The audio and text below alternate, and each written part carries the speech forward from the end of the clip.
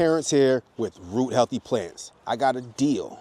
I got 4 apple trees for $10 a piece. $10 for apple trees that are essentially taller than I am. That's an amazing deal. Oh, I got 4 Red Delicious apple trees that are going to cross-pollinate with my Northern Spy apple tree. So I got that apple tree at Lowe's for a discount, and I paid $20 for that tree. I paid $10 for each of these 4 Red Delicious apple trees. I got 5 apple trees for $60. That's amazing. I can't believe I discovered that.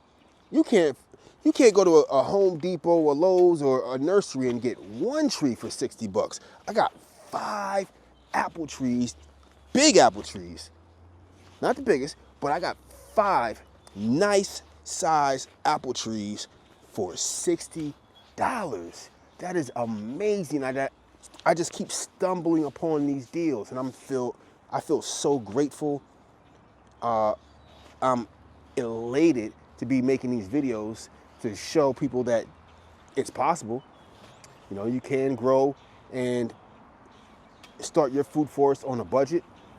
You know, it may take a little bit of time, but I encourage everyone to get started. So let's get started on this video. I have 1 tree in the ground now, and I'm going to start from the back over there and start working my way forward with planting out the first layer of my food forest. So I've been growing out here as a garden for the most part. I've only planted out shrubs. So I have raspberries, I have grapes, I have some blueberries, but I haven't really planted trees in my backyard. So now we're turning this into a full food forest. I have 1 apple tree in the ground. Like I said, I put that in the fall. So let's get started putting more trees in with our first layer. So I have a good position where I want this at. This is essentially in the middle of this bed right here. And I just want to peel back some of this wood chips right here and the space that I'm going to be planting in. And it's a good idea to get your trees out of the way as early as possible. You may not necessarily start your gardening journey with planting your trees first because they may tend to be the most expensive. Let's get started. Digging down. And I know I'm going to encounter a decent amount of rocks because I know my soil back here, and I just want to kind of dig around them, scoop them out. I have a lot of clay soil, but I have been improving it in this area by adding in a lot of compost. Oh, I watched my tree there. Watch out there, guy. Now, I will put some of my new apple tree roots above and maybe under that big root from the other tree. But this soil right here is looking a lot better, a lot healthier than when I first started growing in my backyard. The soil was so red. Ever since I've been putting wood chips down, retreating my soil, and I've been doing it for years now, everything is looking just amazing. All right. So like I said, I'm not going too deep.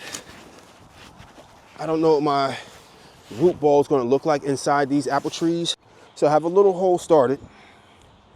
I'll give you a look inside my hole before I give a look at the apple tree roots to inspect them, and before I go get some compost to mix with the natural soil here.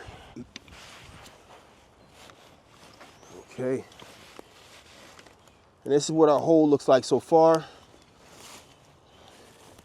It's not too deep, but it's deep enough. But you can, if you get a close look, you can see the one root right there.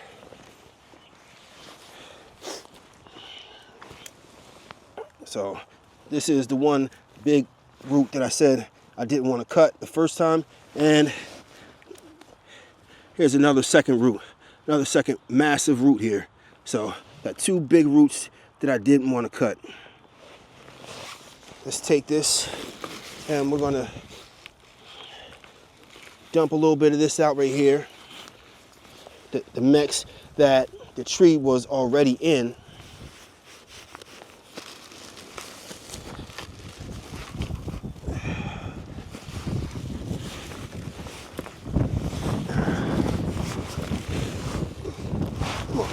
There we go. We're gonna free up some of these roots. Let's go. Let's get it. And I'm just massaging some of the roots, freeing it up. I don't want to just tear through everything like a brute.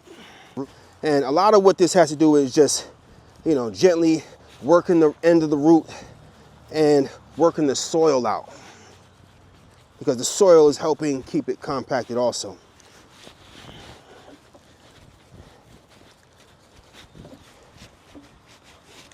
So you want to, you know, if you're running into resistance in different places, you can just switch to a different place, start from the bottom.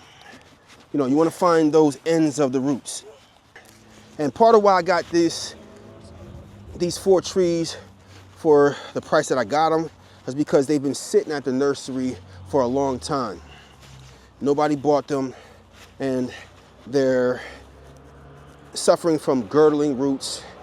These are definitely root bound, and I have to do a lot of work here to be able to plant this in the ground and feel like this is going to be a successful tree. When they get to a certain point, they really should be up potted or planted in the ground, and clearly that wasn't done, but it's okay. It's not the end of the world. You just got to free these roots, and now you can start to see some of the roots really come free, and you can see how low it's starting to hang now as we're freeing some of those roots there.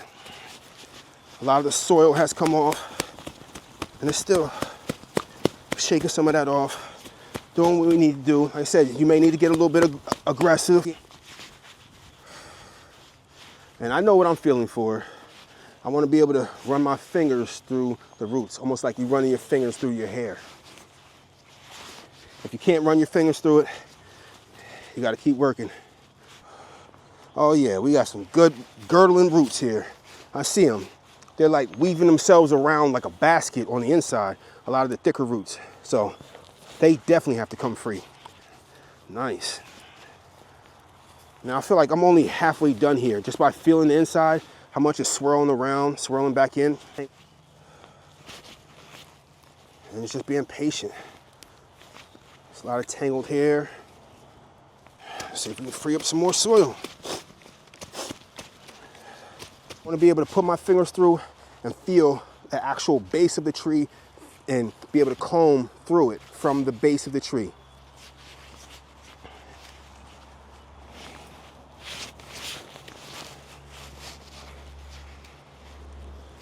You want to visually inspect everything.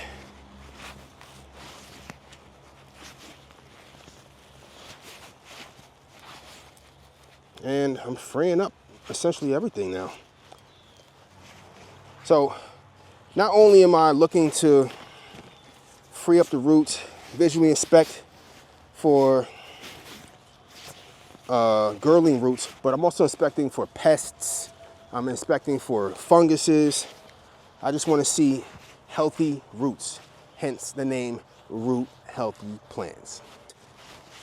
And you see how much the root ball is now hanging. This is a healthy rooted tree now. I'm able to spread this out how I want instead of just taking out the pot and just dropping it in. So this is what it looks like at the base here. I got to free up all these right here. These were all girdling and swirling around into each other. Everything's nice and free. I like to turn it over and just look, visually inspect. Is everything loose? Can I feel the base of the tree? Which I can. It's hard to see, but I can definitely feel it in there. And you have a lot of the thicker roots that are in there that I freed up, like this one right here. And it flows all the way down here. So everything is now freed up like it's supposed to be, and we are ready to plant. I'm gonna sit this tree in here.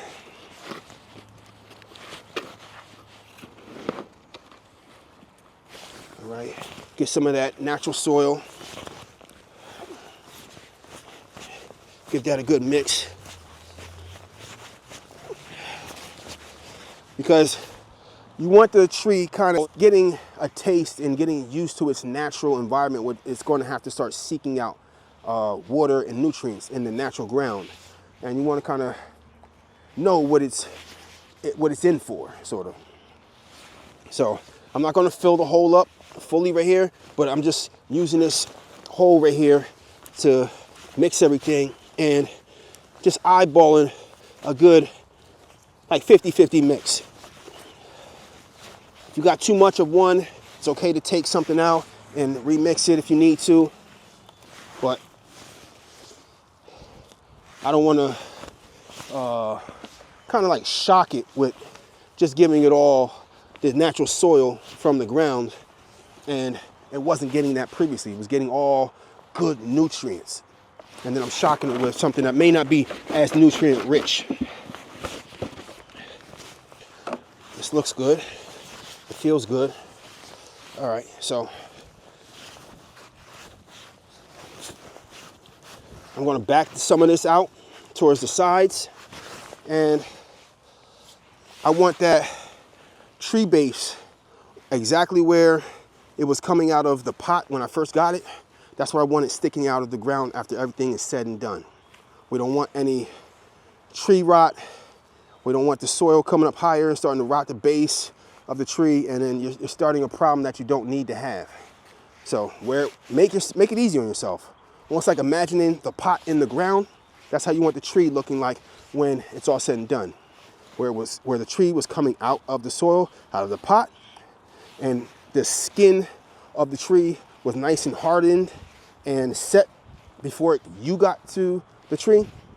That's how you want the tree looking after you leave it in the ground. So it's nice and set and hardened and prepared for the elements. We're gonna nestle that tree down there, and I'm somewhat like fanning out the roots. So I don't want to compact it again like it was when I got it. I want to stretch out, fan out some of those roots so that they can travel in their own directions. Let's start put some of this roots down towards where we have the loose soil. So just moving some of that soil out the way, nestling some of those roots in there. And like I said, if need be, you got to dig out some more soil so that your roots have somewhere to be. Do that. And then we start covering this up. So got some of this other soil here. I'll kind of just like mix it in a little bit. Still have some of this native soil here. So I'm actually gonna mix some of this native soil here with some of this,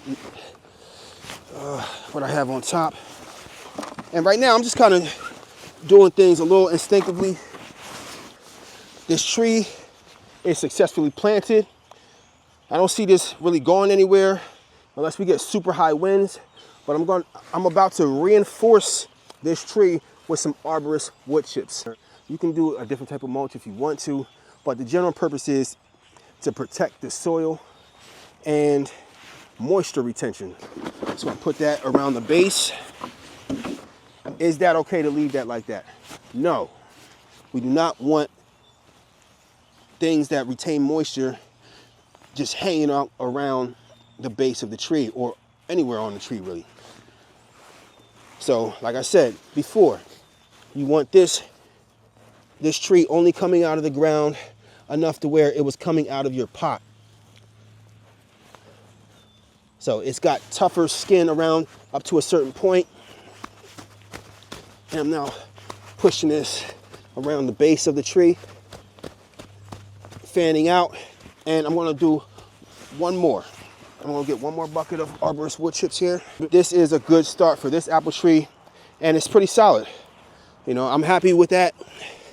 You know, I can compact it a little bit more if I feel like it's really going to sink in when I apply pressure. So, you know, I'm applying pressure.